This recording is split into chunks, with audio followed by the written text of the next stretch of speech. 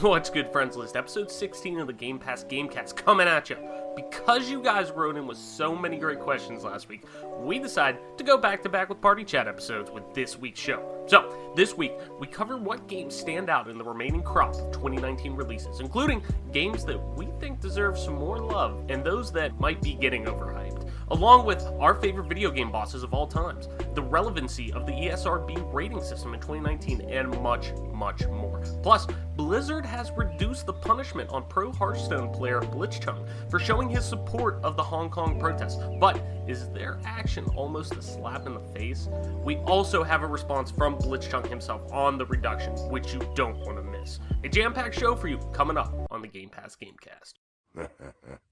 Now the fun begins.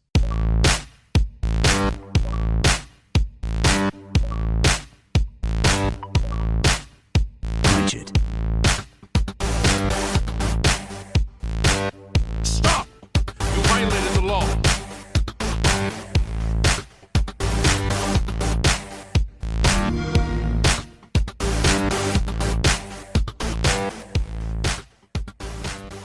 What is going on, everyone, and welcome back to another episode of the Game Pass Gamecast. I'm your host, as always, Travis White, aka Traveless, on most internet platforms.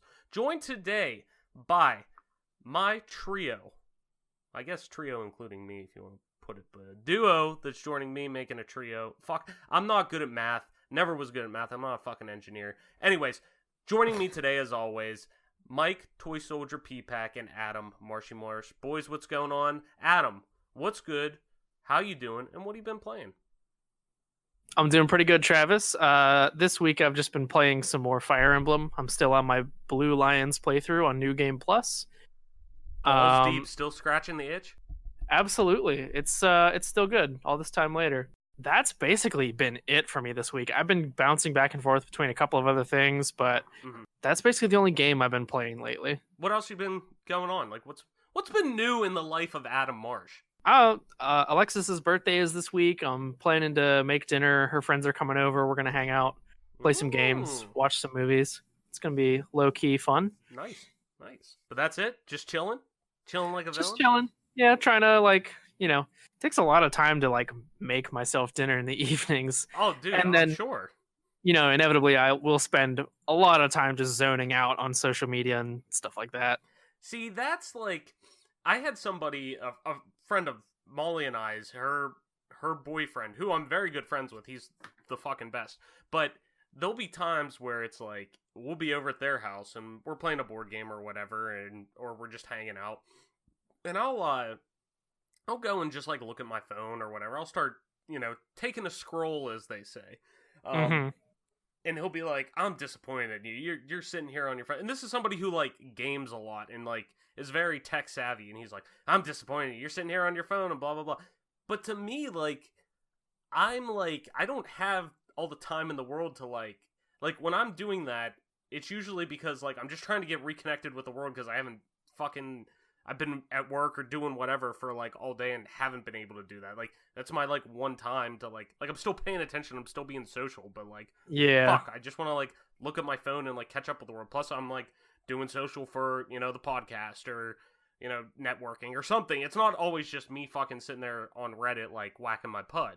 So, right. It is what, but I hate when people are like, oh, look at that, you're just on your phone. It's no, maybe because that's how I want to fucking spend my time, That I think is totally excusable. If someone's on their phone at a social gathering, it's whatever. Doesn't mean you're not paying attention. Me, though, sometimes when I'm at home in the evenings before bed, I'll just lose hours of my life, just YouTube, Twitter, whatever. Yeah. And I'm like, what time is it now? I'm going to try to get out of that habit by structuring my time a little better, but that's how it's been just this week. Yeah, no, I feel you. One of my favorite things to do, man, is literally after I'm done, after Molly and I are done spending time or watching TV or playing games or whatever, and I'm getting ready to go to bed for the night, maybe 11:30, 11:45, something like that. It's usually when I try to get to bed by midnight most, weekdays where I got to work the next morning. My favorite thing in the world is that 15 minutes right before bed where I just sit there, I throw on whatever on TV in the background. I'm laying in bed and and I just sit there and I scroll through Reddit. And I just, like, decompress and I look at all the either funny memes, dank memes that come up, you know, or just fucking whatever. Like, it's just, like, soothing. You know, Yeah. it just puts me at peace. That's like ASMR to me almost. You know, it's just like, anyways, that's great. I'm glad you've been enjoying Fire Emblem. That seems like that's a game that's had, you know, legs as long as fucking forever for you, which is great. Great staying power, that game. Yes, which is great. So, Mike, kicking it to you, man. What's good? What's going on? And what have you been playing?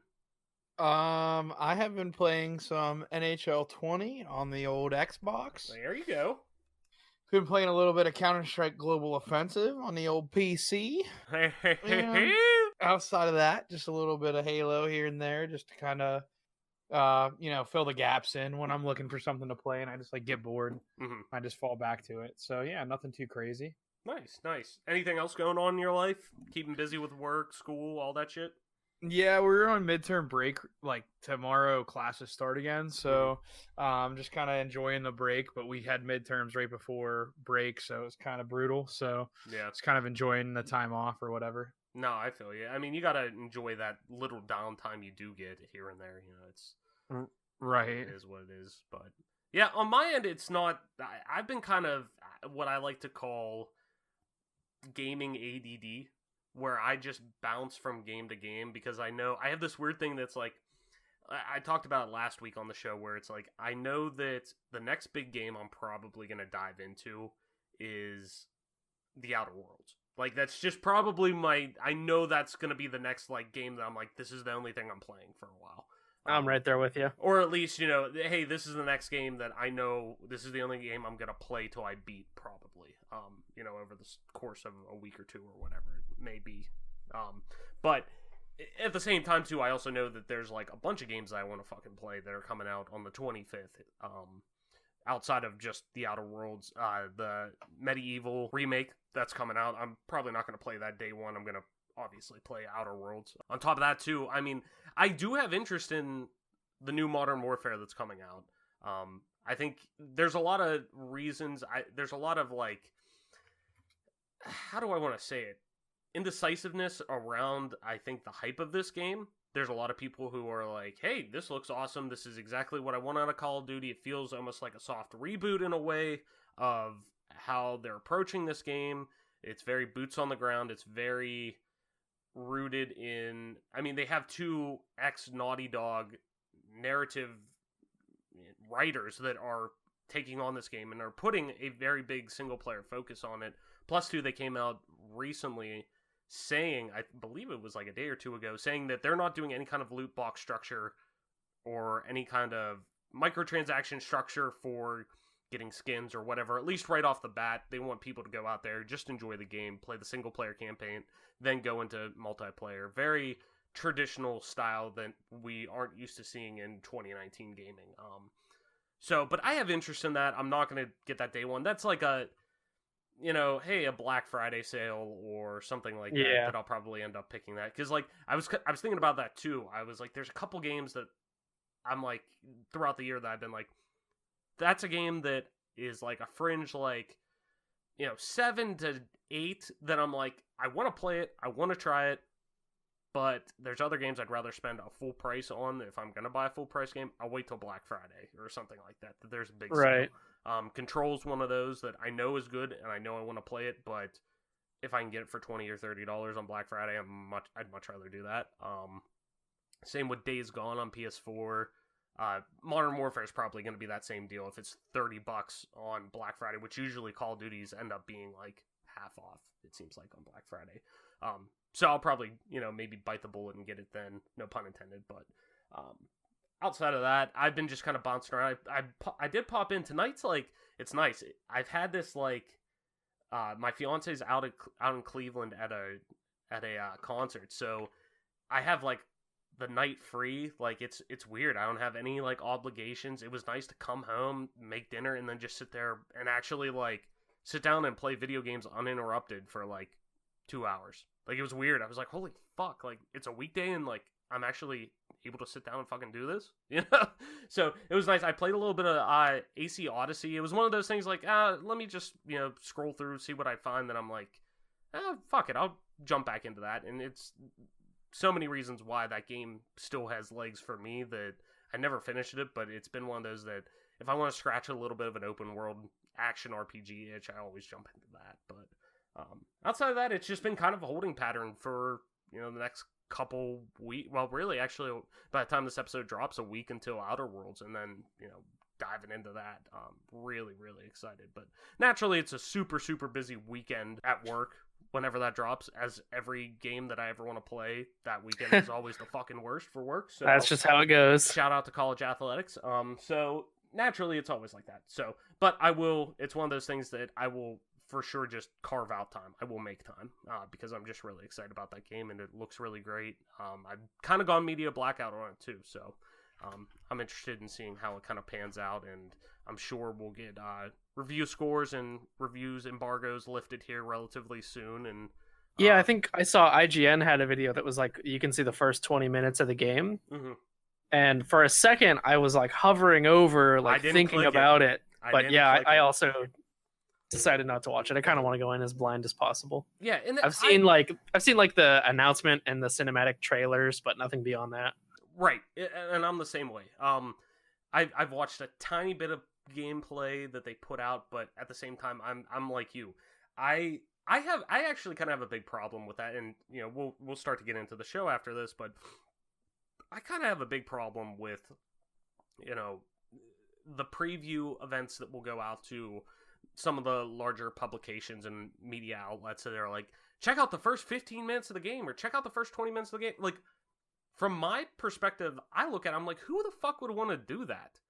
Like, who would want to, I'll just see the first 20 minutes of the game and I gotta wait 2 more weeks to play it. And then also, too, like, what if something like, to me, I guess to me, like, it's hard to define spoilers, what could be spoilers, because that's such a variable thing to many people, what a spoiler is. But like me, like, the beginning of a game is like, it's very crucial because it sets the pace, it sets the mood, it sets all these things that, like, I kind of want to experience that for myself to then get a good assessment for it. And I guess it does help those people who are, fringe buyers maybe, that are like, well, let me check this out and let me see it, if this is something truly I'm going to like from the get-go. But at the same time, I'm like, well, who would want to do that? I just want to go in and experience the game for myself. Like, I don't know. That's just me, though. Anyways, let's jump into the show here. As always, got a little housekeeping. We are talking our free game giveaway. Do you like free games? Does a bear shit in the woods? I mean, I guess. I personally never seen it happen, but I'm getting off topic. Of course you do. So let us help with that. We're giving away a brand new free game of your choice on any console to one lucky listener, and all you have to do is the following. Follow us on Twitter at GPGC Podcast, retweet the pinned tweet on our profile, and make sure you're listening to the show to know if you've won. That is it. Once we hit our goal, we'll pull a winner and someone gets squared away with a game. So head on over to at GPGC Podcast and enter today. So, before we get into our party chat questions, because we do have some more party chat questions that we didn't get to last week that I felt like we should carry over into this next week, because we love you guys and we want to make sure all y'all questions get answered. We want to talk a little bit of news, kind of a follow-up to last week. As I'm sure everybody's heard, if you're into gaming or pay attention to gaming, and unless you've lived under a rock, the whole Blizzard, Hearthstone, Blitzchung, Hong Kong situation, however you want to word it, has been quite the topic for a lot of people and a lot of media outlets the past week. Blizzard finally has a comment on it. And it does involve reducing suspensions and returning prize money to Blitzchung. So this comes via Kotaku by Nathan Grayson, as always. Links will be in the description. By all means, go ahead, click over there, give Nate a read, a view, all that jazz. So, but I do want to there's a lot to unpack with this, so I'm going to kind of read a lot of it, actually, word for word, just to kind of set it everything. So, after a week of controversy surrounding its decision to boot Hearthstone pro Blitzchung Ungwai from a tournament and suspend him for a year for delivering a pro-Hong Kong message during an official broadcast, Blizzard has finally made a statement about the situation. It plans to allow Blitzchung to collect his prize money after all and reduce his suspension. In a statement, Blizzard President J. Allen Brack explained that while Blizzard tries to uphold company values that focus on diversity and global thinking, it also wants to keep esports events focused on games. Blitzchung broke a rule, but Brack insists that the specific words he said weren't the issue. Quote, "The specific views expressed by Blitzchung were not a factor in the decision we made," wrote Brack. "I want to be clear. Our relationship in China has no influence over our decision. We have these rules to keep the focus on the game and on the tournament to the benefit of a global audience, and that was the only consideration in the actions we took. If this had been an opposing viewpoint delivered in the same diverse and deliberate way, we would have felt and acted the same." Brack went on to say that since Blitzchung did not break any rules while playing the actual game, he'll collect his prize money after all. However, he'll still be suspended. Now, though, the suspension is 6 months instead of a year. "We now believe he should receive the prizing," Brack said. "We understand, for some, this is not about the prize, and perhaps for others, it is disrespectful to even discuss. That is not our intention. But playing fair also includes appropriate pre- and post-match conduct, especially when a player accepts recognition for winning in a broadcast. When we think about the suspension, 6 months for Blitzchung is more appropriate, after which time he can compete in the Hearthstone Pro Circuit again if he chooses. Same goes for the commentators who were on duty at the time. Their suspension too has been reduced to 6 months. Moving forward, we will continue to apply tournament rules to ensure our official broadcast remains focused on the game and not a platform for divisive social and political views," said Brack. "One of our goals at Blizzard is to make sure that every player everywhere in the world, regardless of political views, religious beliefs, race, gender, or any other consideration, always feels safe and welcome, both competing in and playing our games." Also, we do have a response from Blitzchung that goes as follows. It is a little choppy because of the translation that was provided, so this is just word for word. Don't shoot the messenger, please. "Thank you for your attention in the past 1 week. This is a personal statement and my view on Blizzard's latest decision. First of all, I'm grateful for Blizzard reconsidering their position about my ban. Earlier this week, I told media that I knew I might have penalty or consequence for my act because I understand that my act could take the conversation away from the purpose of this event, or of the event. In the future, I will be more careful on that and express my opinions or show my support to Hong Kong on my personal platforms. Many people have been asking me if I accept the latest decision of Blizzard. I will discuss that on 2 parts: tournament prizing and suspension. For tournament prizing, I quoted what Blizzard said on the official website that mentioned I played fair in the tournament and they believe I should receive my pricing. This is the part I really appreciate. Blizzard also said they understand for some this is not about the prize, but perhaps for others it is disrespectful to even discuss it. People from Blizzard had explained this to me through a phone call, and I really appreciate that, and I accept their decision on this part. For second part, about the suspension, Blizzard had changed their suspension on me from a year to 6 months. Once again, I appreciate for their reconsideration on this. To be honest, I think 6 months is still quite a lot for me. But I also being told that I can continue to compete in the Hearthstone Pro Circuit, which they mean the Grandmaster Tournament. I appreciate for this decision they made because Grandmasters is currently the highest level tournament in competitive Hearthstone. However, I wish Blizzard can reconsider about their penalty on the 2 casters involved. Lastly, many people want to know if I will be competing in Hearthstone in the future. Honestly, I have no idea on that yet. Since my next tournament is very likely to be the Grandmaster Tournament of next season, it'll probably be at least a few months from now on. I will take this time to relax myself to decide if I am staying in competitive Hearthstone scene or not. Hearthstone changed the way I live. I really love this community. Blessing to all the players out there and blessing to Blizzard. So, after all of that, what do you guys think? I mean, is your opinion changed? Me, straight up, no. I still think that's fucking horseshit. Being quite frank, that I think it's fucking horseshit that they still won, especially have the suspension on the casters, the shoutcasters, that really, it seems like, didn't do anything wrong. Even though there are a couple unverified sources out there that make it sound like they possibly could have been in on it, or at least had a preconceived notion that there was probably going to be something political said about the situation, but they weren't sure. To me, it's still fucking bullshit. I think it's horrible that people's views in terms of morally and ethically simple things that are wrong are being just suffocated, especially by a company that is based in the United States, which is grounded on the freedom of speech. It just baffles my mind that something like this is just truly... It wasn't like he went on there and, put his endorsement down for Nazis or, something that is just ultimately bad. To me, it's still just horseshit. It's a step... It's the old saying, one step forward, two steps back. So, what do you guys think? It's definitely an interesting situation at hand. I think that Blizzard kind of is trying to bail water out of the boat because of the public outcry that they received to like the public outcry that they received from this decision that they made. It definitely just feels like kind of like a save face maneuver, just like an attempt to try to sway the public's opinion back to the positive side for Blizzard. But at the end of the day, I don't expect a ton of people to kind of buy what they're selling or whatever. I really expect that people are going to be wiser to this than what Blizzard probably hopes that they'll be.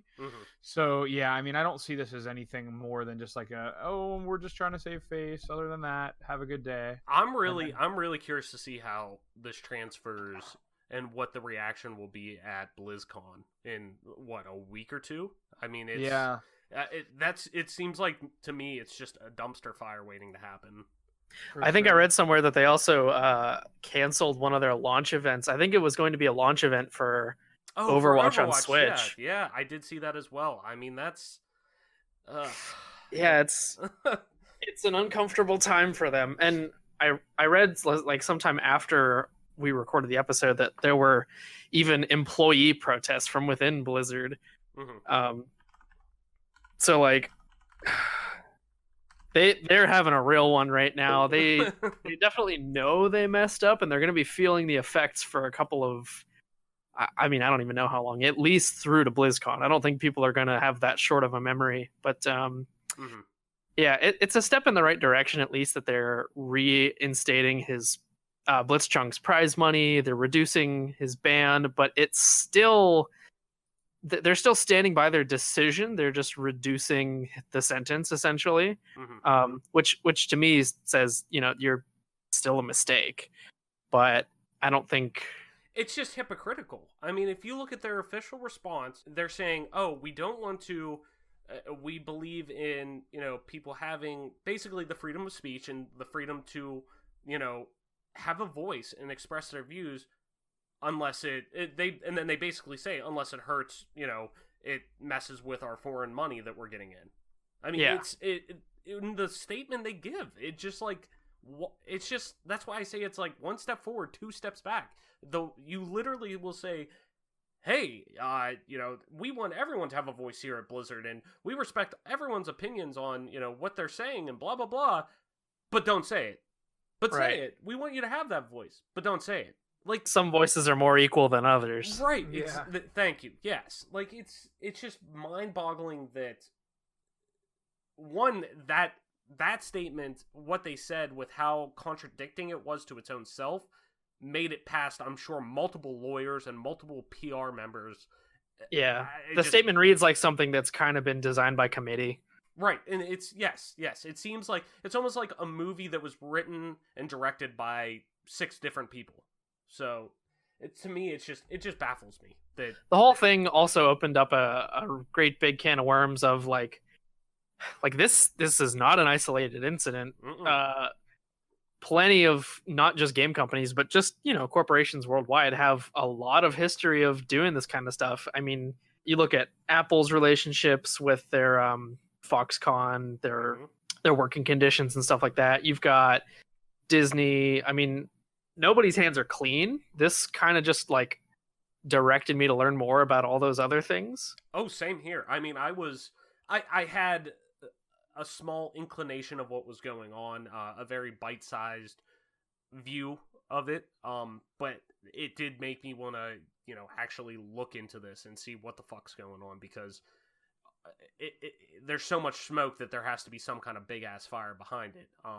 Right. And two, this was kind of brought up on a podcast I was listening to by Easy Allies that kind of made me, think. Michael Damiani, one of the content creators that they have there, brought this up. He said, at the same time, while they're looking out for their money overseas with China, who's to say this well isn't going to dry up very soon for the off chance that China just comes out and starts making their own games that are similar to Hearthstone, similar to Overwatch, similar to whatever MOBA is out there that's being played, or, whatever the equivalent would be, a Diablo, because you'll see so many instances where China will allow a certain platform, entertainment entity, whatever, in there, and then 6 months later, they'll announce their own version, like their own Twitter that they did.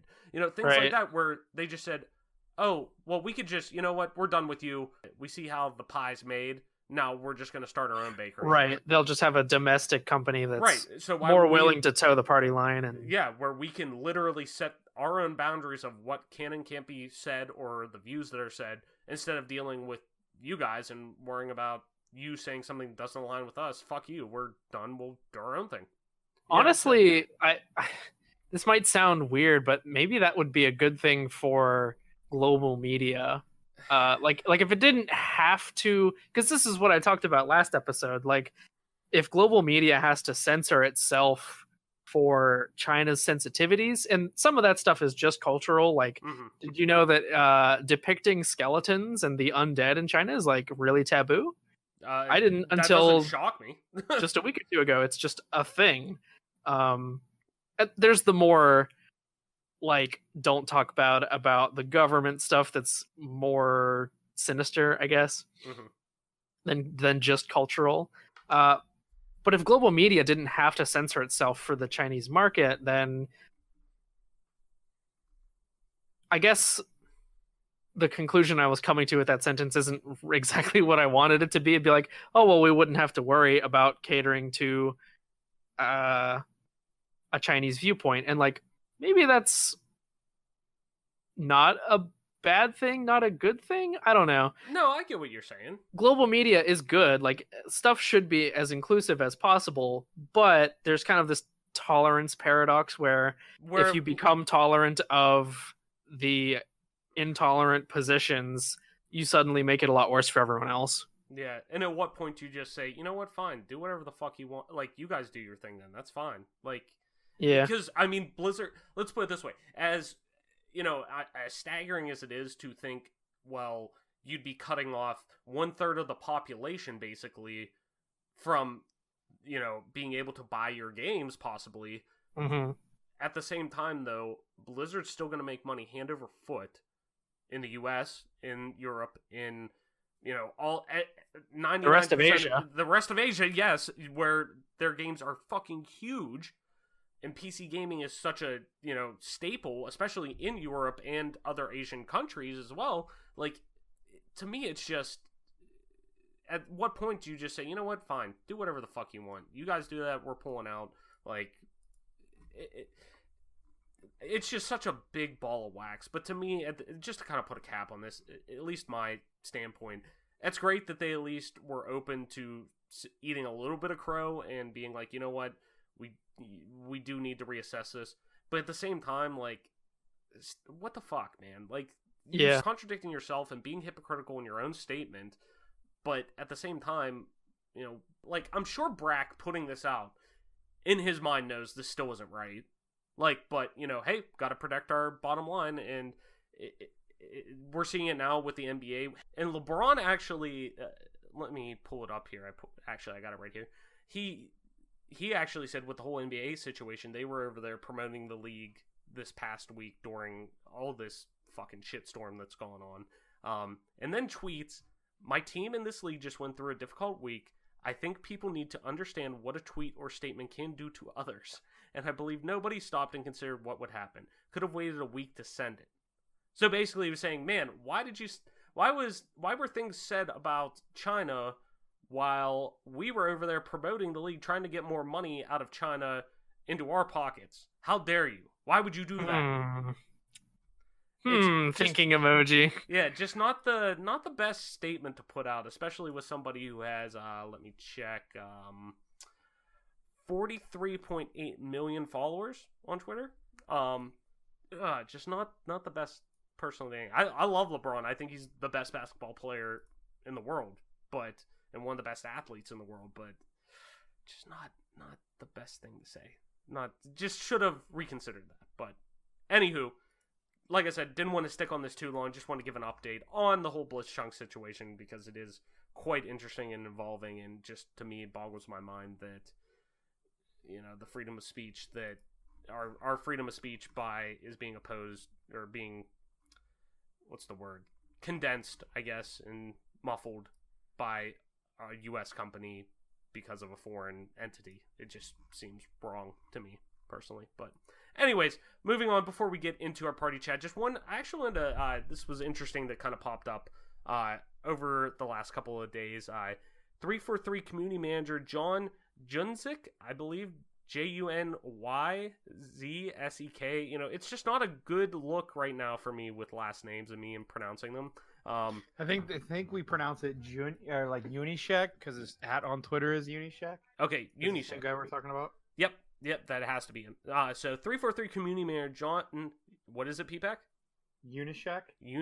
John Unishek commented on a post on Reddit, on the Halo subreddit recently about we reported on it a little while ago, a couple weeks. Actually, it was probably a couple months ago now. About how creative director Tim Longo and Mary Olson left. She was the executive producer on Halo Infinite. Both left, basically a little over a year out of the game releasing.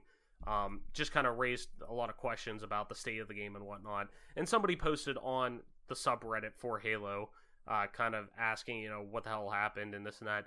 And John actually commented on it, and he gave this statement. Hey y'all, I wanted to jump in and clarify what Tim and Mary's roles were at the studio because there seems to be quite a bit of confusion here. Before that happens though, I'd like to reassure everyone that the entire Halo Infinite team is rallying behind the game and is working hard to make sure we can execute on its vision. Tim's role as creative director was to help make creative decisions around the design and direction of the game, whether it was campaign, multiplayer, etc. Mary's role as an executive producer and then lead producer on campaign was to help drive the game to its completion for a holiday 2020 release date, with the latter specifically focusing on campaign deliverables. There we go. Unfortunately, the thread's title saying he was replaced with Mary Olson and she also left is far from accurate.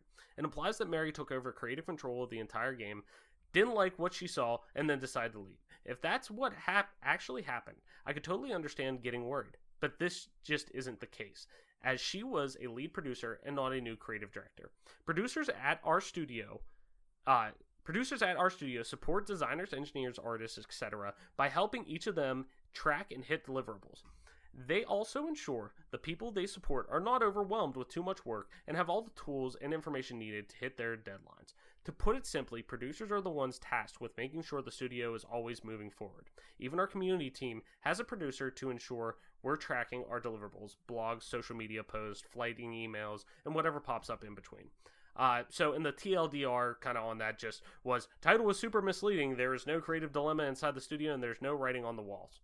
So, pretty straightforward. But yeah, just wanted to kind of throw that in there just because we did report on that before, and some people have raised concern about the games. I think Microsoft has been super, super upfront with a lot of stuff outside of numbers for their console sales. Outside of that, they've been really upfront with consumers and whatnot. So yeah, I think I remember us mentioning this a couple of weeks ago. I don't remember what my comment was at the time, but it's good to know that it was probably just a blip on the radar and not something that we would have had to, find cracks in the Halo releases and be like, oh, like what caused this, and we would have this to look back to. I think it's probably, like you said, just no writing on the walls after all. Yeah, and this was posted. I've actually found this. There was a thread started on Reset Era about this, and you guys all know I'm the bad boy of Reset Era. Getting these 7-day bans and whatnot left and right, I guess. Anyways, but I did see it on a Reset Era thread. Somebody posted about it, and there were a couple designers and artists, and there were a couple programmers as well who jumped in that were in to actually claim that you have to go through a verification process on Reset Era to then you get a check mark. It's similar to Twitter. Hey, this person's verified who they actually are. And a couple of them were kind of calling out people who were like, oh yeah, I'm sure that's just word salad and blah blah blah, and they're like, no, if you actually worked in a studio and understood, saw the environment that's going on and what actually people do moving around through games and whatnot, like, it's very similar to other different entities in business and whatnot where people just get good offers and other places to go that they can't turn down. It's just like any other job. It's not, granted, it's a bigger title, but at the same time, like, you see that all the time with directors and different things in businesses that they get another job offer and they leave. They go to it doesn't always mean writing's on the wall. The fact that it's 343 is probably the only reason it's so newsworthy. Right, exactly. And that's what, there was one with Ubisoft, I believe. He was like, me personally working for a big, publisher with multiple developers under their umbrella, like, this happens all the time. Yeah. Just because, and he even alluded to it saying, like, just because this is a massive first-party studio for a, large console manufacturer, like, that's the only reason why you're hearing about this. Like, that's why you're, it's one entity that you're hearing about this that's getting pushed out, and just because it's a big title attached to it. He was like, there's so many people that are under this whole thing. It's one job. Like, yes, there is somebody else who was creative director with him, so, like, he'll pick up and go. He'll keep moving. It's just like any other business. So, I'm like we both kind of said, it's just because it's 343, that's probably why you're hearing it. So, yeah. But it's interesting nonetheless. But anyways, let's move into our party chat segment. This is our segment, if you're new to the show, where we take questions and topics from you, the listener, and talk it all out. This is all comprised of our last party chat segment. We had a ton of questions that, a lot of us didn't get to. I threw in another one or two that were, did get added to leading into this week's episode. So, but first one that we're going to come up from is from Martin S. And this one's kind of big. So, and I think it'll be kind of fun going through this. So I'm glad this one made it back in. Yeah. So Martin says, I'm going to list the remaining popular games to release by the end of 2019. I want you to gauge your hype on each one. On top of that, I want you to reward two games with a specific award. One being your X game, a game that's going to be great and more people need to recognize, and another game being your Y game, overrated or expectations need to be checked. Please just toss in whatever analogies you want to make it, aka Rough Diamond versus Gilded Lily. So let's do, how about this? Since we're pizza guys, and now correct me if I'm wrong, maybe I'm out of line saying this, but why don't we do this?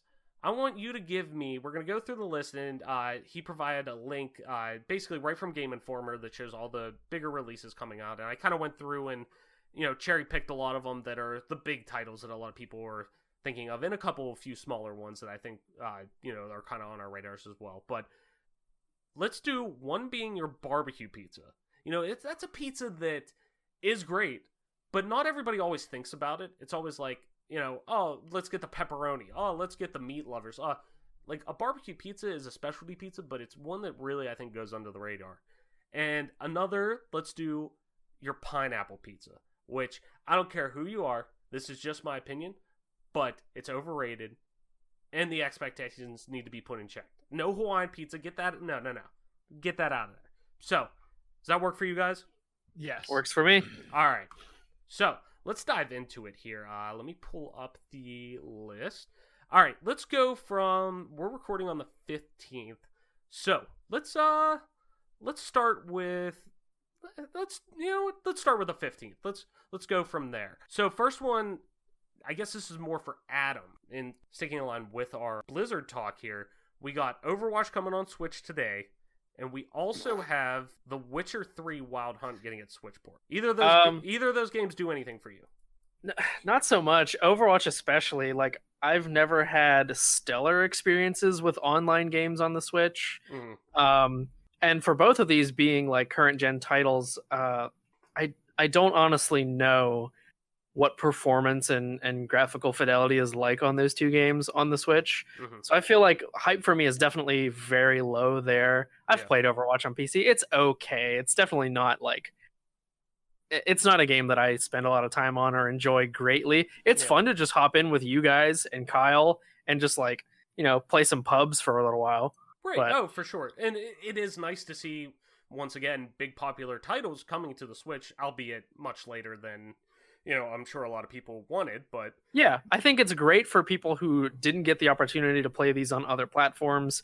But me, I had my chance. I'm letting these ones pass me by. Same thing with The Witcher, kind of like, it's just not an RPG that I felt like I ever had time for. And well, and that's maybe the someday thing, I'll go back to it, but yeah, and that's the thing that I can see the allure for when it comes to this being on the Switch. While the performance actually during actual gameplay is I actually did see a quick video that I looked at just kind of comparing it. It does get to during gameplay it's dynamic resolution, which will keep it at almost perfectly a locked 30 frames per second, which is pretty crazy for that that's game. not too bad. No, for being on the Switch, that's, granted, it's a lower resolution, but it is what it is. Now, cinematics are pretty rough and the frame rate dips a bit, but I'm sure they, realized, hey, people are playing this for at the same time, while the story and the lore is what draws people in, the gameplay is what keeps them there. That's what a game should Right. be at the end of the day. So I'm sure they wanted to, put emphasis on that, but at the same time, like you said, it's always an RPG I never felt like I had the time for. But at the same time, those who are interested and only have a Switch, this is a thing that you could pick up and play and take on the road and actually, chip away at in a little bit of free time or whatever if you're on the bus or you're flying or whatever. Yeah. So, moving along, let's roll into the 18th. Here's another one for you, Adam, just because it's a Switch game. Actually, two here. Here's two. One, Return of the Obra Dinn. What's your thoughts on that game? I didn't get a chance to play Obra Dinn. I know it won some awards. I've heard great things. It is a game by Lucas Pope, Mm-hmm. who I think mostly made his name with Papers, Please, which I really enjoyed. Mm-hmm. And just the aesthetic and the premise of Obra Dinn seem interesting to me. I've just never gotten around to it. So maybe like a middling. I think if it were on the Switch now, I might be more inclined to pick it up. So yeah, I give that like a 3 out of 5. Yeah, it's at least tickling some kind of fancy, I guess. But the big one, Ring Fit Adventure on the Switch. Now, I don't want you to get too excited. What is this? I don't think I've even heard of this. Really? You haven't seen this? Okay, so I have it open right. Let me click the link. yeah, so you got to see the announcement video for this because the two people explaining this, the guy on it, I swear to God, this man has to be some kind of psychopath. I mean, I'm a psychopath. I am but I'm a good psychopath. Like, I just kind of go off the rails every now and then with things I say, and, I just kind of fucking let stuff fly every now and then. But this man looks like a serial killer. Like, I swear. Like, looking at his eyes are like, and now you'll enjoy getting fit and using a ring to get fit. Like, he is losing his damn mind in this fucking reveal video. This looks okay. So this is a fitness game. Yes. It's a fitness So this is RPG. Yeah, the way they've gamified this looks kind of crazy. I might be interested in this, to be quite honest. It's just weird enough that I think I might give this a try. It's very Nintendo weird. Yeah, it's like this reminds me of ARMS. This feels like this was kind of dreamed up by the whoever in Nintendo made that new property when the Switch first came out, the fighting game ARMS. Mm-hmm. It feels like it has that, like, this is a next generation Nintendo game. It's got the same polish and very like bright, colorful, and clean aesthetic, but it's also got a little bit of that Nintendo edgy, I guess. Like, it's a little bit weird, and kind of crazy, but Yeah. still like in a comforting and kind of like, oh, haha, that's neat sort of weird way. Yeah, it's like you said, it's a very gamification way of fitness, which obviously worked wonders with the Wii.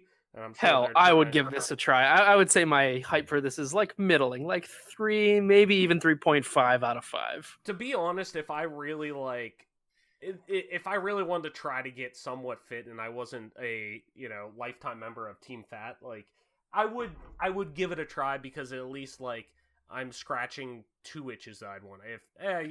I want to, I probably should get my fitness in line, but I also want to fucking play video games. That does, I guess, scratch both of those itches, but I don't know. If it's a fun game, I would totally be into it. That's the thing, too. It's got to be fucking fun. Like, I got to want to actually spend the, I'm sure they're doing the whole thing like, oh, if you exercise 20 minutes a day using this, you'll lose X amount of pounds. Well, is that 20 minutes going to actually be fun, or is it just going to be like a fucking chore? I mean, that's how I feel about exercise in general. So, like, hell yeah. any iota of improvement on the hard and boring activity of working out, in my opinion, would probably be enough to get me into it. Like, I'm pretty sedentary as it is. I sit at work and I sit at home for fun. So, like, anything at this point would be an improvement for me. I love that. I sit at home for fun, man.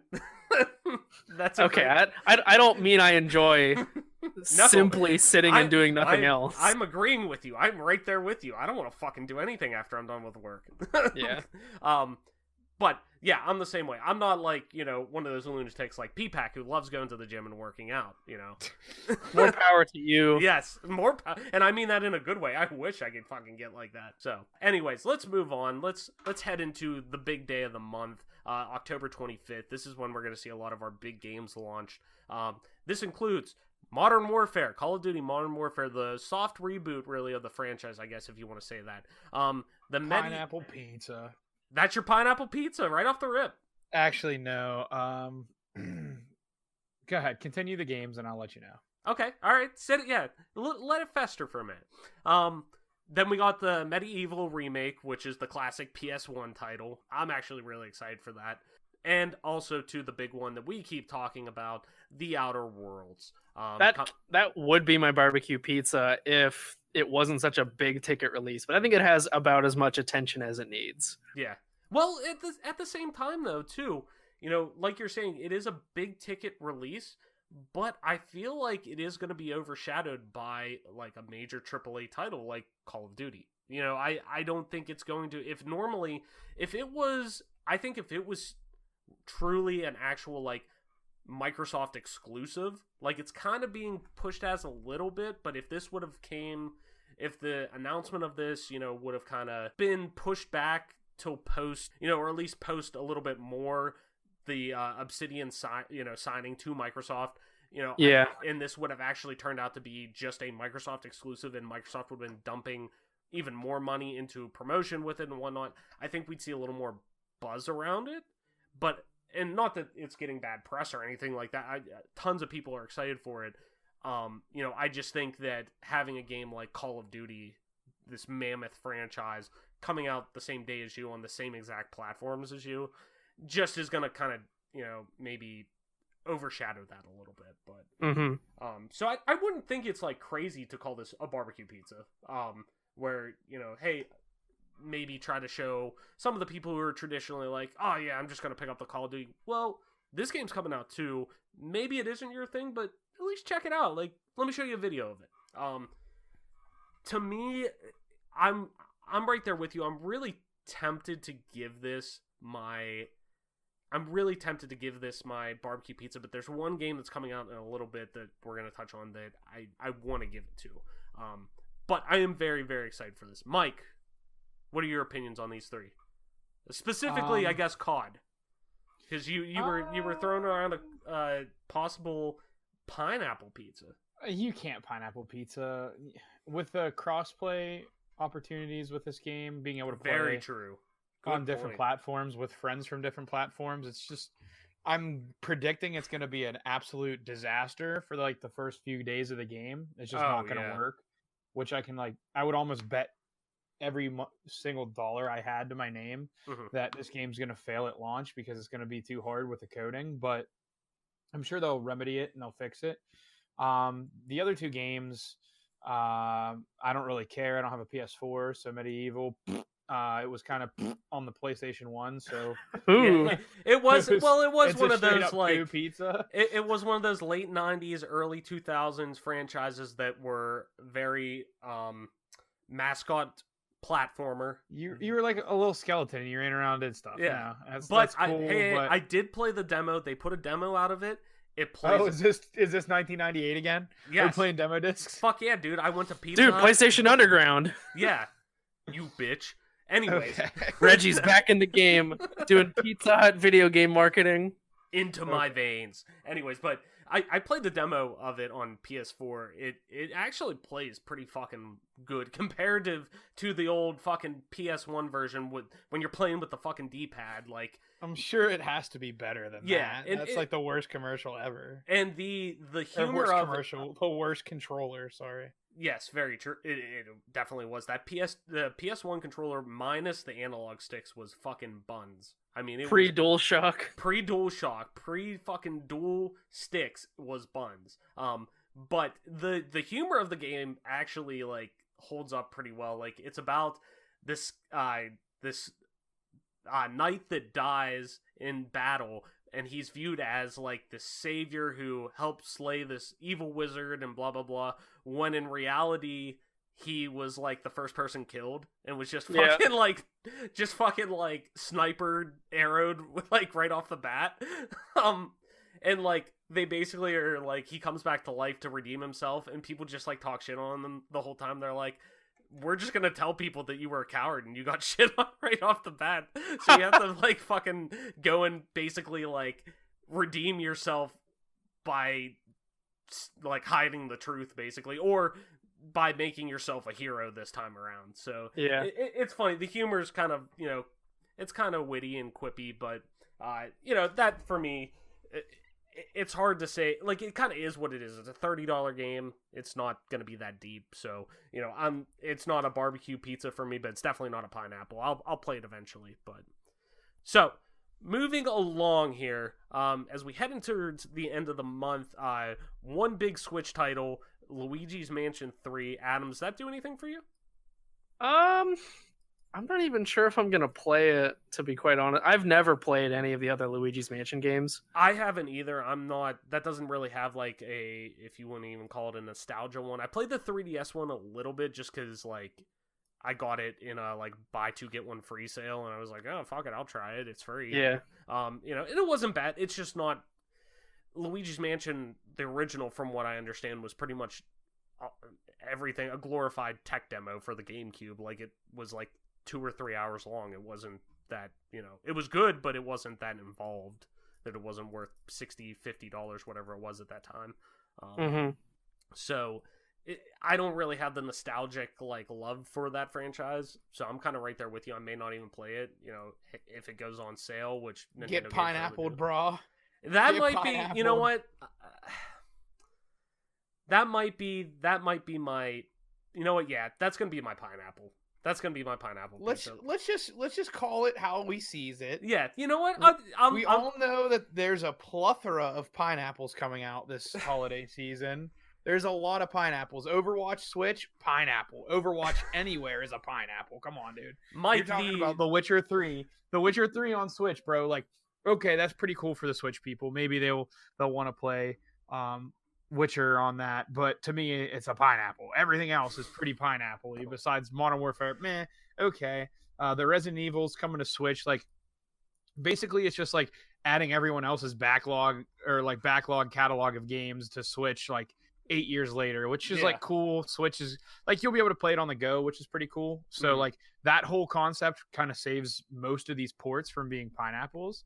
But I mean, if we're being honest, like the only barbecue pizzas on this entire list that he gave us, and I'm going down into like November, you gotta talk about like Jumanji, the video game. Like, come on, bro. I was like, gonna, like I said, that's gonna be sick. Like I said, I picked. that was not one I picked because No, but for real, on the realsies, no troll, no Kappa, okay, no Kappa. Let's no Kappa. all right. Let's hear it.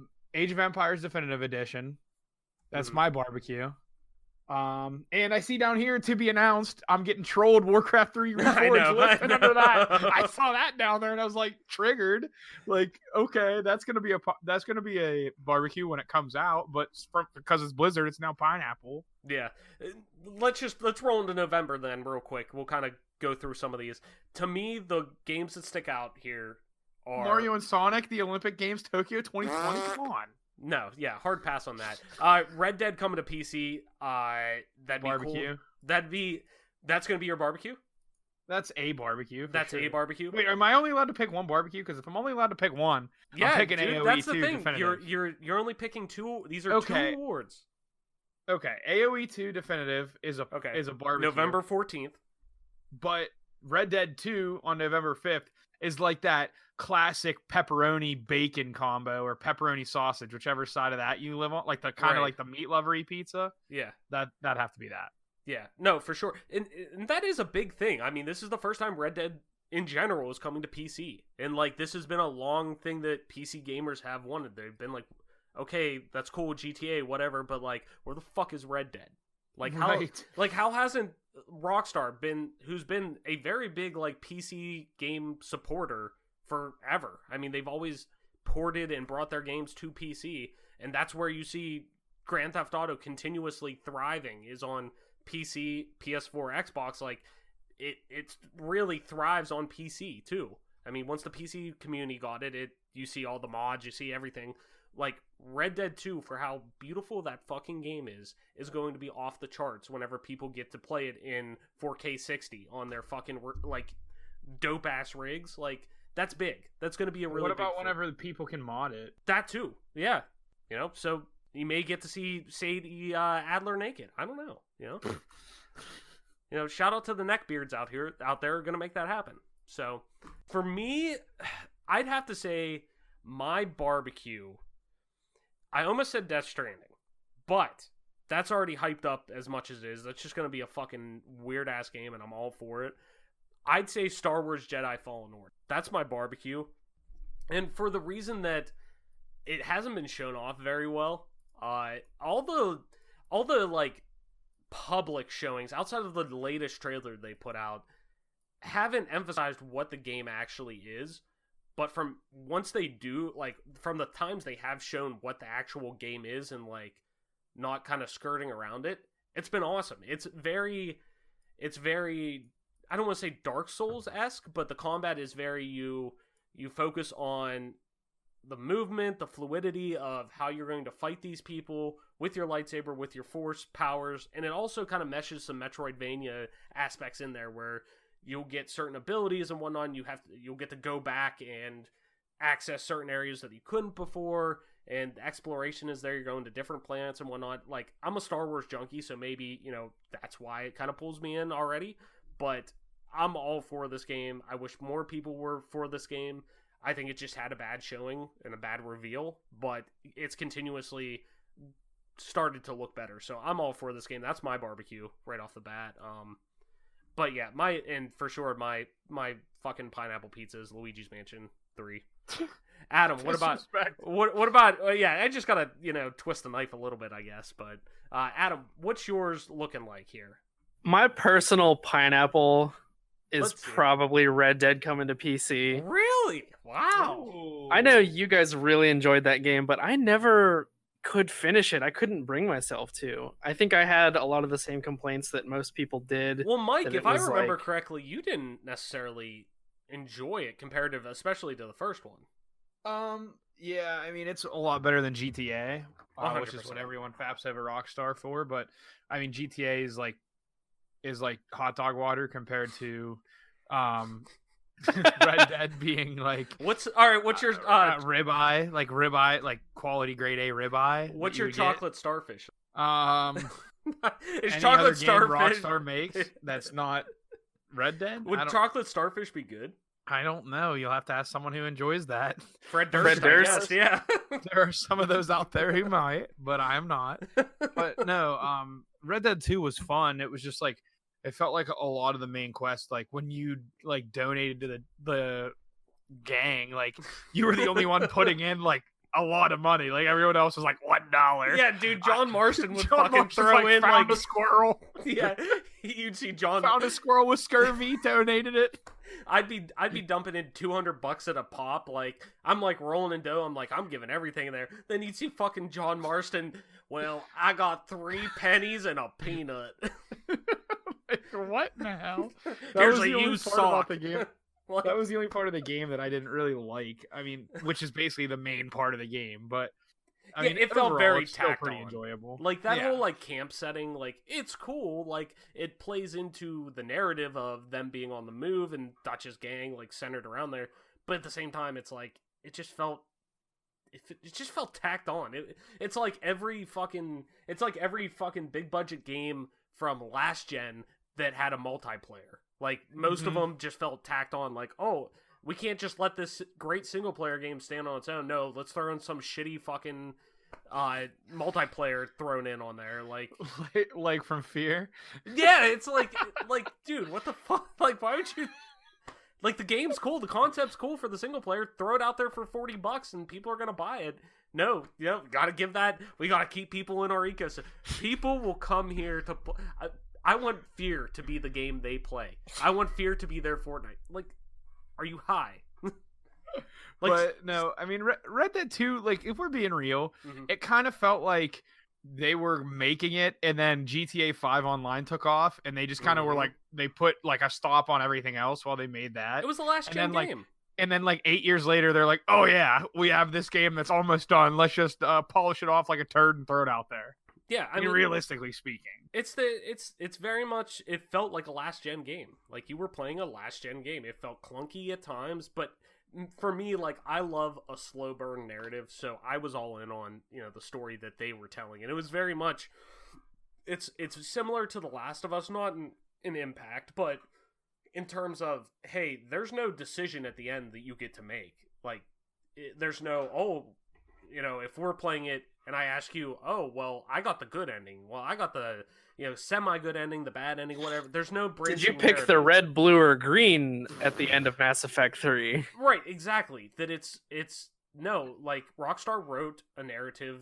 This is our story. You're experiencing our story, whether you like it or not. Like, this is a story we're giving you. And they fully bought in on that, which I can appreciate because, that's their, they didn't bend to anybody else's, quips about it, or it was their view of the narrative and they didn't, swerve off from that. Like they stayed true to that and I'll give them credit for that. But, at the same time, not everybody liked that because it is an open world game. It is a very sandbox-esque, you can do whatever in there. So why can't you change the narrative and why can't you do this? So I get it. It is what it is though. So, did everybody pick their games? I think everybody picked them.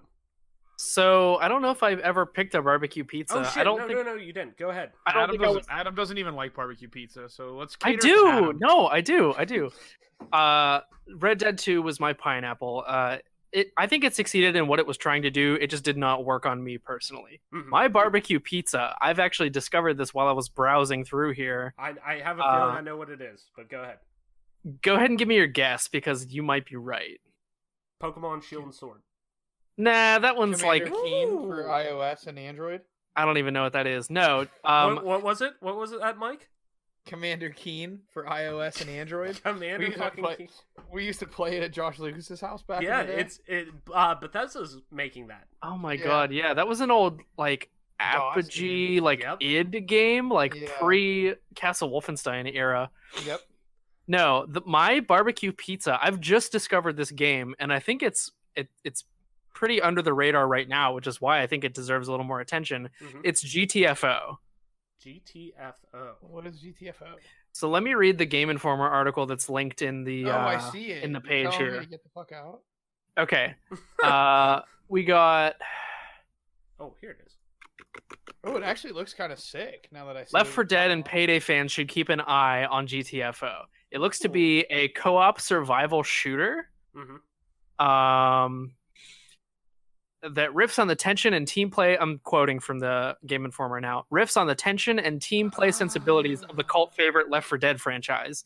A small team of former Payday developers at 10 Chambers Collective hopes to tap into that neglected theme with GTFO. Thank you. Yes. Skipping ahead a little bit, each prisoner carries 2 guns, a melee weapon, a special tool like a motion sensor. Picking the right combo tools can be key to making it back alive.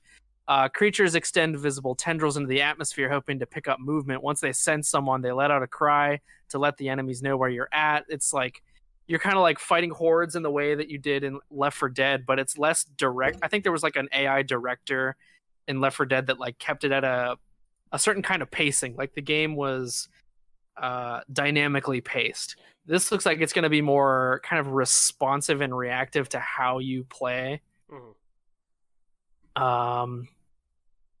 Yeah, just reading through this article, it looks like it's still pretty low key, and it sounds like something I would really enjoy. So this is going to be my barbecue pizza pick for today. Most of the other games in here between now and the end of the year that are announced and coming out, or announced and don't have a date yet, I'm like excited for some of them, but this is one that I think is like, no, you need to pay attention to this because no one is really talking about this right now. Yeah. Oh no, I agree. And after seeing a couple screenshots, I do remember vaguely this game being announced. I totally forgot what it was about though, and the actual name, but I do remember seeing some of these screenshots before, and it looks cool, man. I'm all for playing something like that. I mean, like we need this game in yes, or whenever they're trying to release it, because like when we get together, when we're online and we're like, hey man, let's get together and play some video games tonight. All right, what are we gonna play? There's like not many options for us in 2019. No, and we've played Overwatch together. We try to play CS. Yeah, that's about it. And something like Left 4 Dead, like we all of us really have it outside of probably Kyle in our group.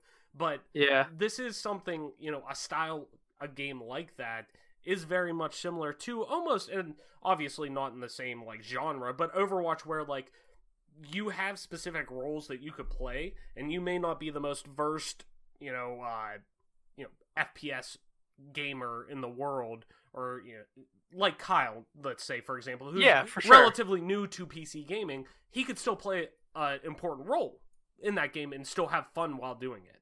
So absolutely. So yeah, I mean that's definitely, to me, I'll always take more co-op and multiplayer experiences like this that are not always PvP but PvE, that you can enjoy with friends and just grab a couple of buddies and just jump into it.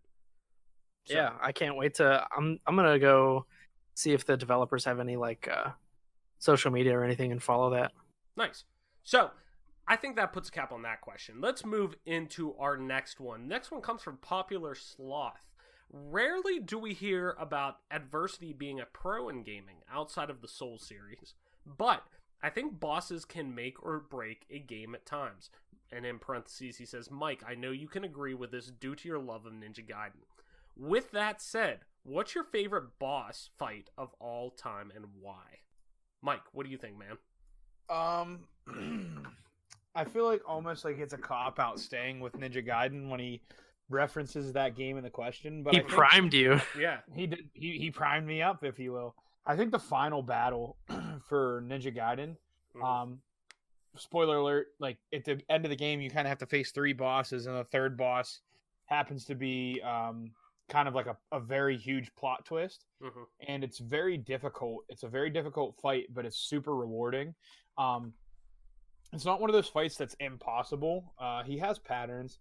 There are strategies that you can employ to beat him, and it's up to the user to really find the way to beat this final boss. The only issue is if you die to this final boss, sometimes like you go back like and have to refight him. Other times, like depending on if you if you don't have a talisman, like if you have a save, you have to go all the way back and do this really big platforming section where if you fall off, you can die. So you'll fight 2 bosses, kind of exhaust a lot of your resources. Then you'll run through this huge platforming part that's like has this really intense music, and it really sets the mood. And then you get up and you fight this boss, and he's one of the most difficult bosses in all of video games, especially in Ninja Gaiden.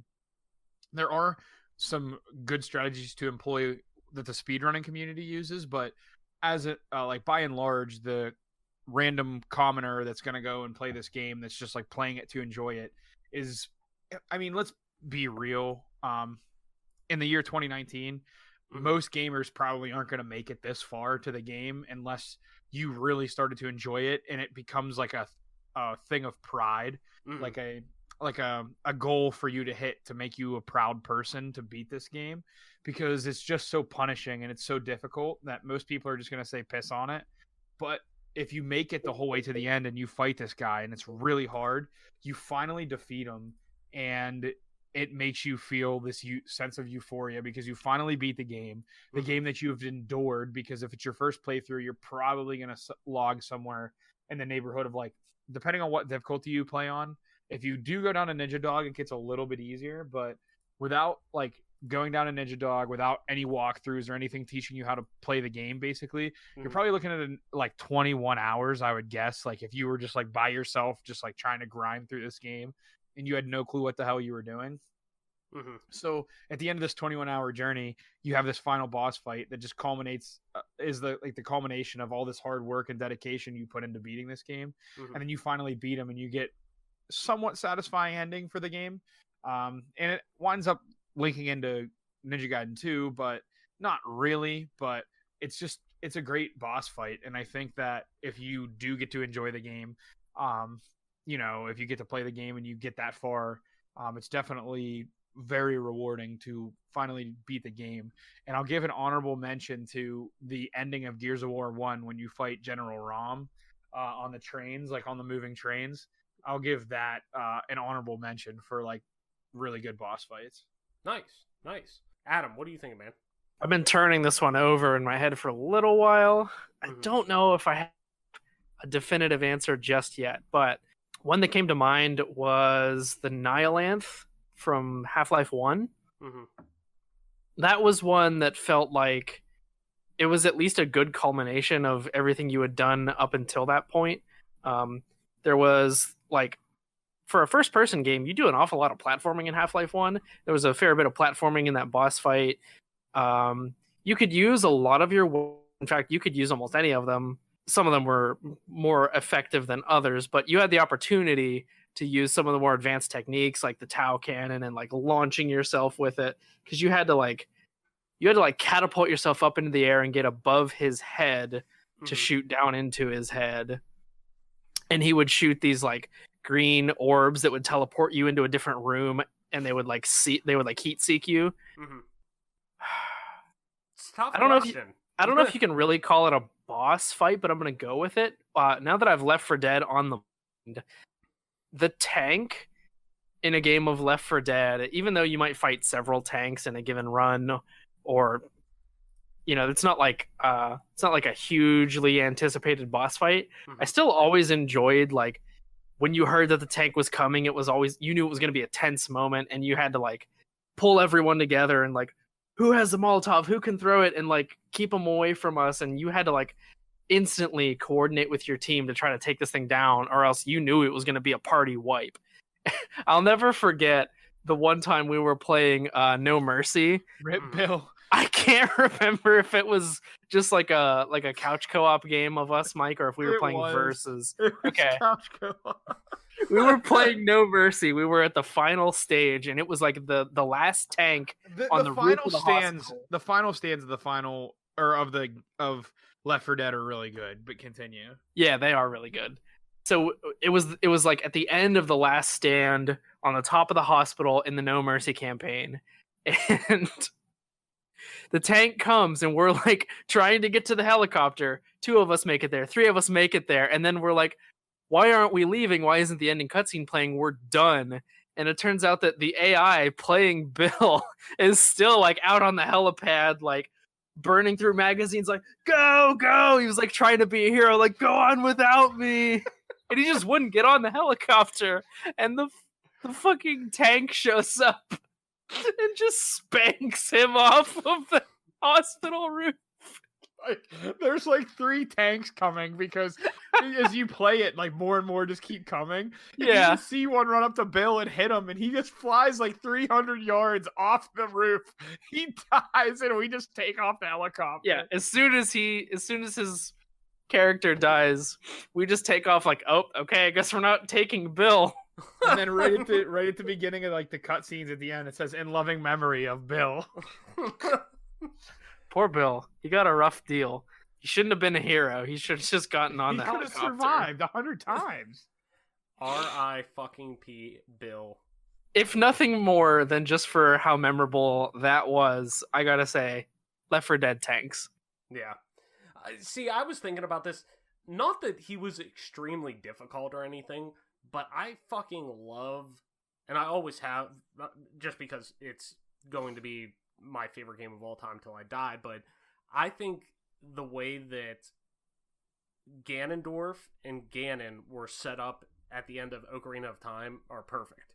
Like, I think the multiple stages of it and the pacing between not only your initial boss fight, where you're basically playing, you know, a game of tennis with one of his, like, light balls back and forth.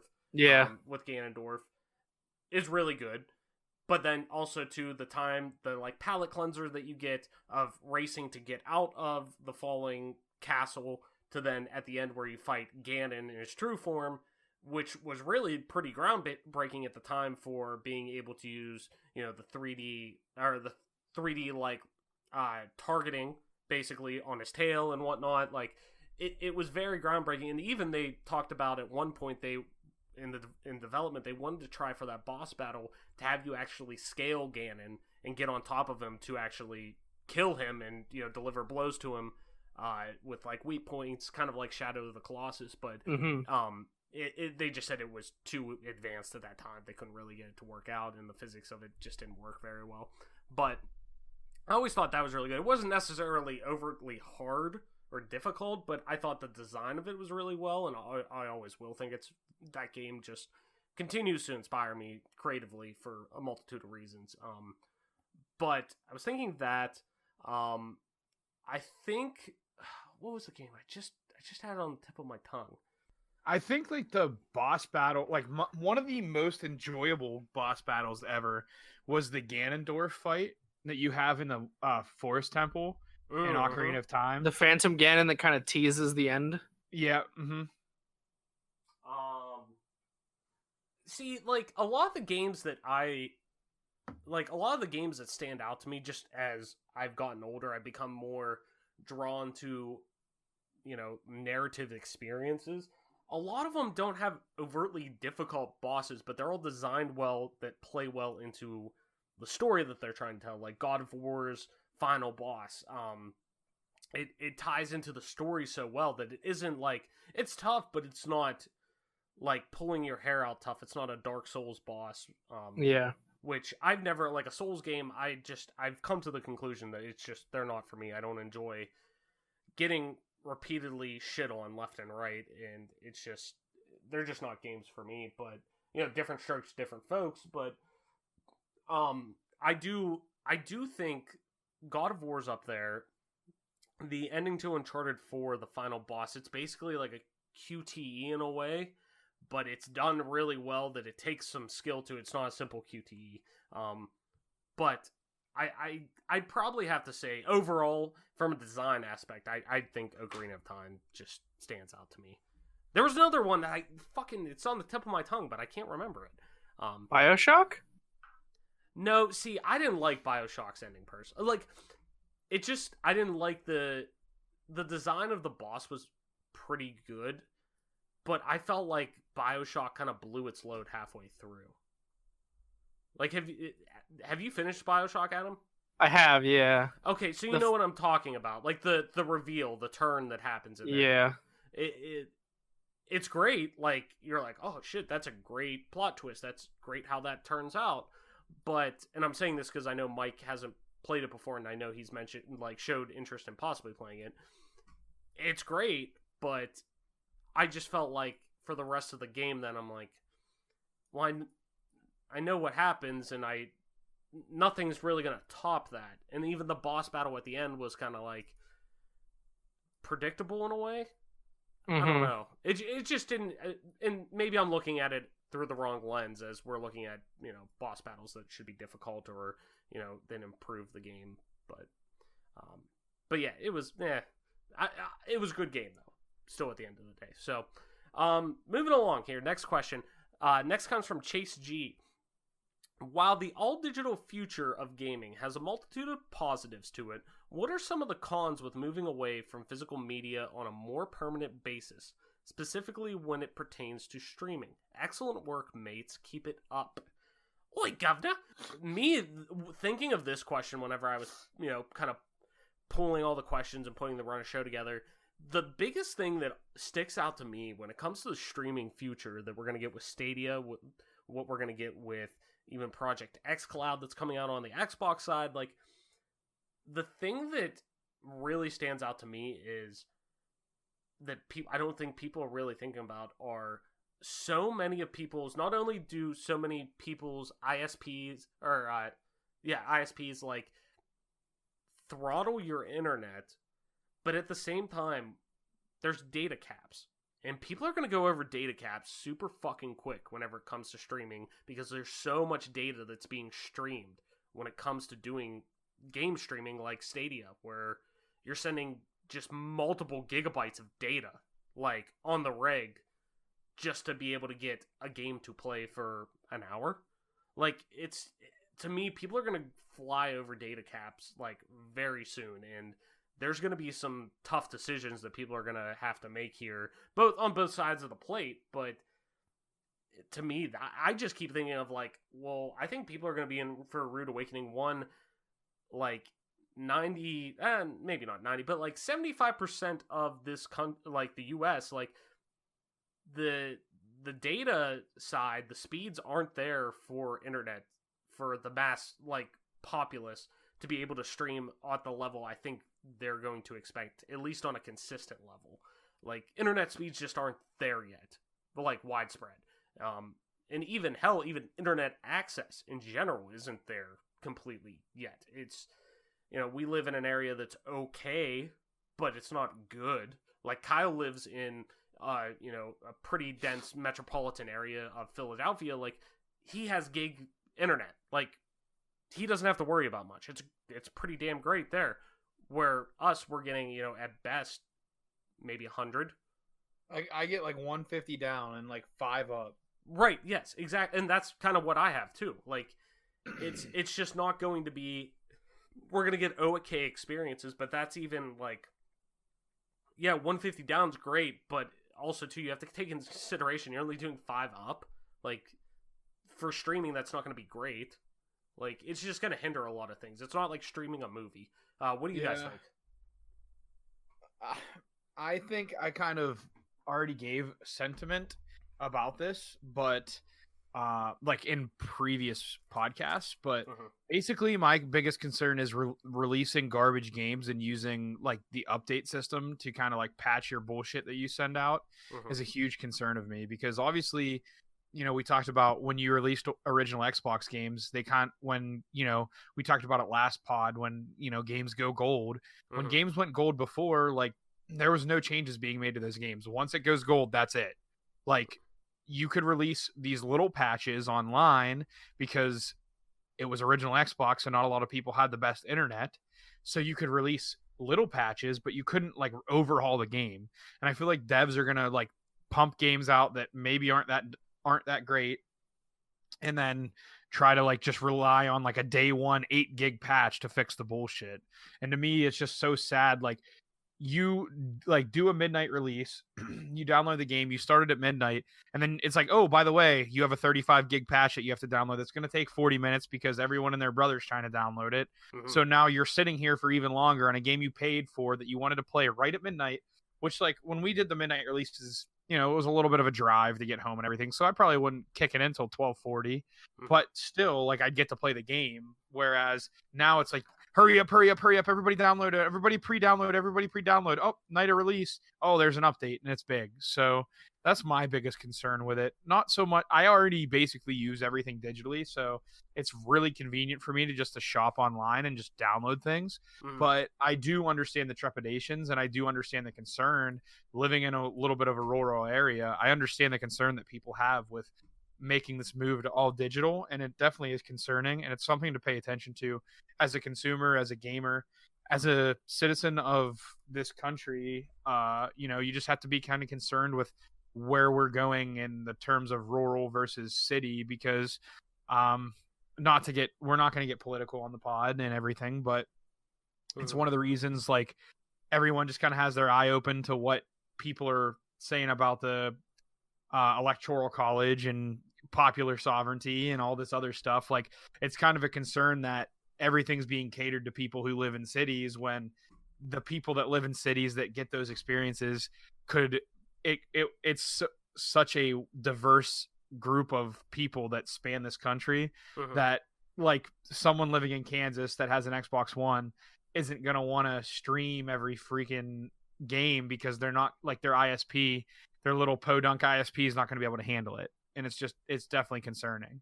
I share the same concerns that you do, Travis, on the matter. And I hope that, we don't experience any downfalls here with this streaming service. Yeah, no, I definitely understand. Adam, you have anything to add to that, man? Not a lot. I mean, you guys basically nailed most of it. The only thing I might add is this is a bugbear for me that I've noticed a while ago, and I'm not sure if most people are aware of it, but cell carriers and ISPs are trying to push a 5G network these days, 5G cellular internet network, and it uses a frequency that has been historically used by meteorologists. It's like a certain wavelength that water vapor in the atmosphere emits. And if we start transmitting over this 5G frequency that they're trying to build out the infrastructure for now, and really like hard commercial push, it's going to set back our meteorological models and like our weather prediction, because there'll be that much interference. So like, I think the proliferation of streaming and online only and all this stuff, like everything being like forced over broadband internet, like if it continues to try to keep expanding, it might become like a public health and safety issue, just because like weather reports, especially with the way things are going, are like pretty important to like keeping people's livelihoods and their lives safe. So it's kind of a knock-on effect. It probably isn't directly impacted by gaming moving to more streaming or all digital or whatever, but it is something down the line that you should probably look at. Mostly, I just wanted to point that out because I didn't have a whole lot to add. Basically, you guys covered everything that I wanted to talk about more directly. No, definitely, man. No, those are valid, very valid points, especially about the 5G aspect. But all right, and let's move into our last question. Finally, from Gifted Subway. What up, Gifted? Gifted. So he asks, or she, will you gift us some Subway? I would fucking love. We'll work for food. Will work for food. So, Gifted Subway asks, do you guys think the ESRB rating system does an adequate job of rating modern games with their content?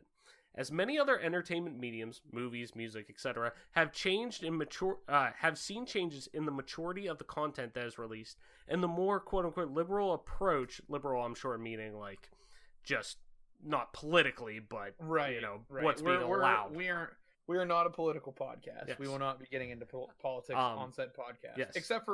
Except for video games don't cause violence. Continue. Yes, 100% agree. And the more liberal approach to filtering that content, gaming's rating system seems to be still staggering. For example, in some of the new videos of The Last of Us Part 2, we have seen numerous people be disemboweled, brains be splattered, and in more lifelike fashion. But the game will surely only see a mature rating that in previous gens would have probably seen an adult-only rating. Just curious of your thoughts. Mike, why don't you start off, man? What do you think? Do you think the ESRB is really kind of still, I guess, relevant for what their actual ratings are set right now? Because we never see AO games. I mean, that's never going to really be a thing because no stores would really carry them. But do you think, kind of like in reading this, it kind of reminds me of because it's probably the last American Story that I watched. I can't remember the O.J. Simpson story show with John Travolta on FX. It was a big deal a couple years ago when they showed that because one of the actresses on that show said, "Oh fuck," on like cable network television in prime time. Like that was a big deal. Like an F-bomb dropped on just basic cable. So as they were as Gifted Subway was saying in the question, like you've seen the more I don't want to say lackadaisical, but like a more laxed approach to, what the filtering is for a lot of content in the entertainment spectrum. So do you think that kind of the ESRB is kind of holding strong in what they're showing, or do you think, maybe they should reassess some of the things that are, filtered, I guess? I have a unique experience than probably both of you, but I mean, you two know this. The pod probably doesn't, or the listeners. The ESRB rating really never pertained to me. If I ever wanted a mature game, I basically just asked my mom and she would buy it for me. Like from whatever age, like 10, like 8, didn't matter. Like she would just get me whatever game, didn't care what the rating was. The only thing she was kind of strict on was Eminem's music, which, I mean, whatever. I think that was normal. Right. I think literally every parent was. So I mean, I never really was subject to this ESRB rating system. Mature games to me when I was younger meant that it was a good game, basically. Like obviously, like the sports games were rated everyone, and some were rated teen or whatever, and what have you. But like, it's kind of like I kind of compare it to like movies and cinema.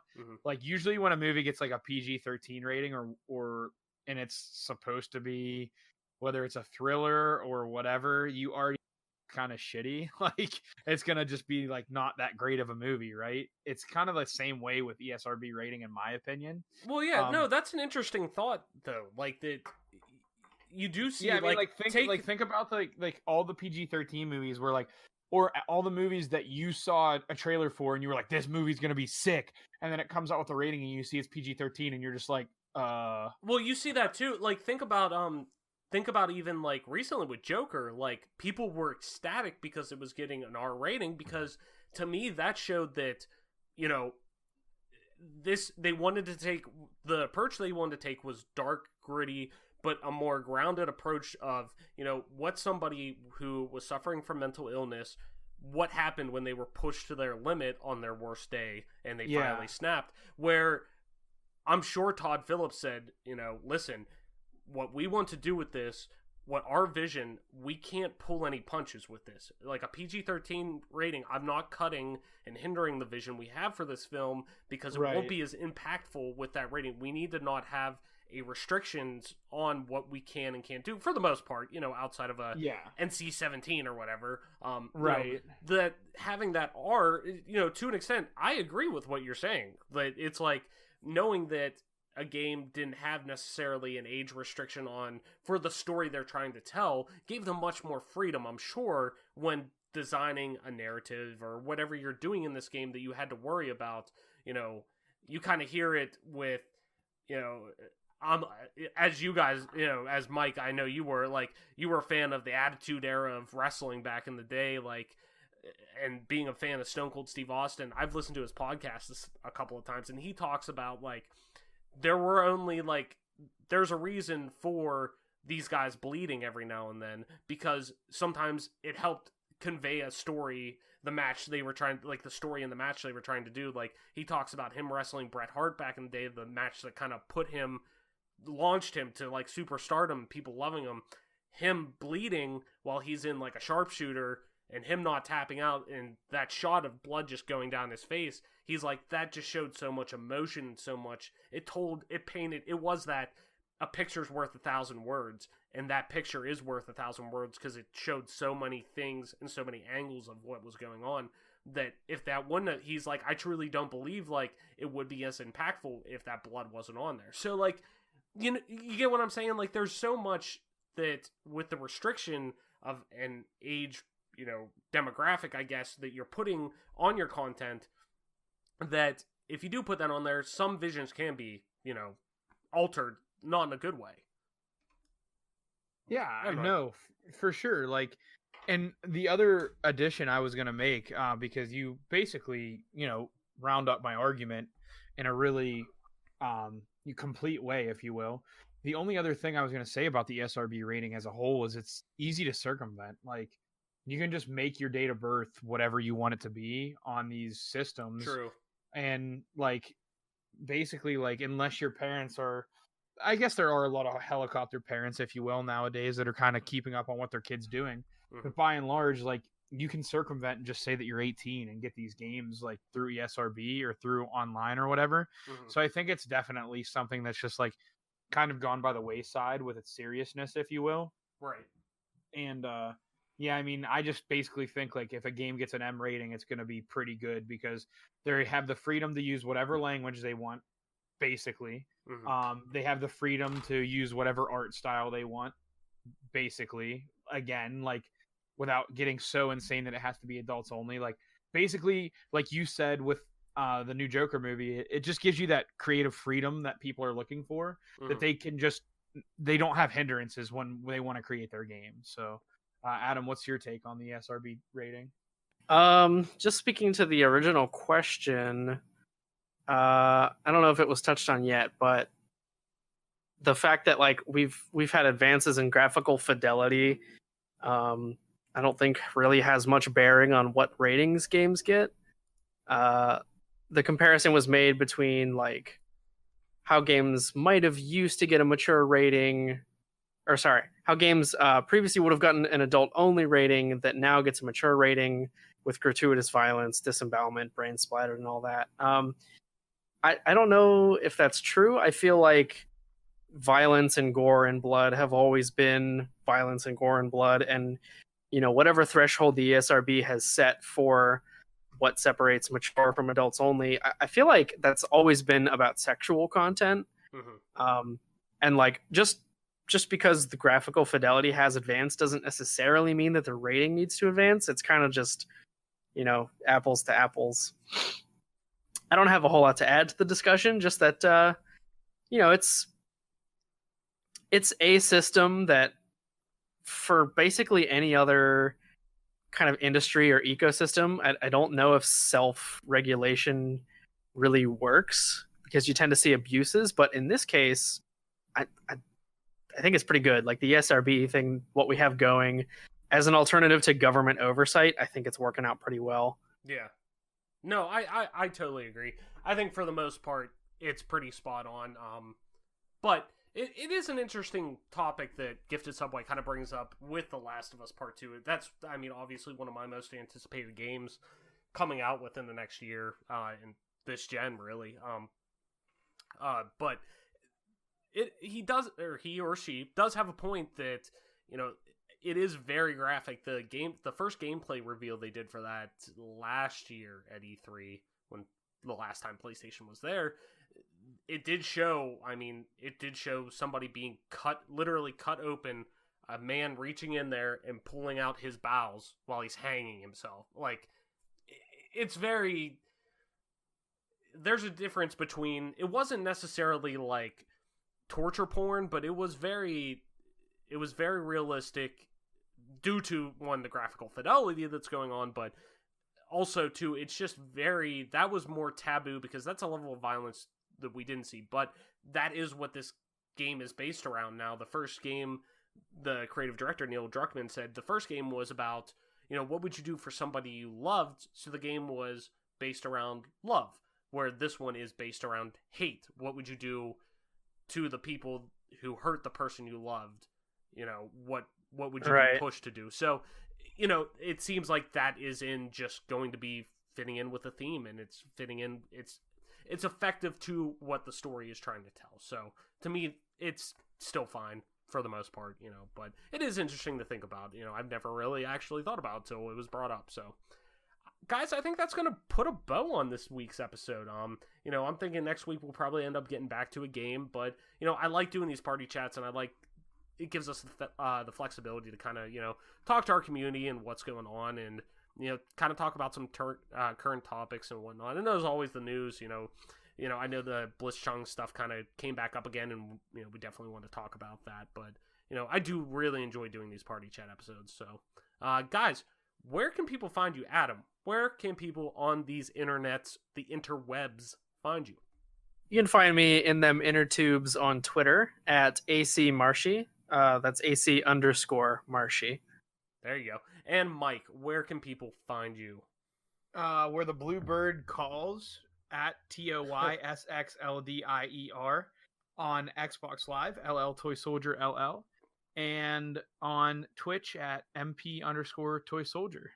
Nice, nice. And as always, I'm your host, Travis Wade, aka Travlis, on most internet platforms. You can find me on Twitter at Travlis _TRAVLESS _. You can also find me streaming every now and then on twitch.tv/Travlis_, same as the Twitters. And you can reach me on Xbox Live. That's just regular Travlis, TRAVLESS, no _. And with that, ladies and gentlemen, that's our episode for the week. Thank you for listening. Thank you for watching the YouTube version. I guess a nice graphic that I kind of threw together.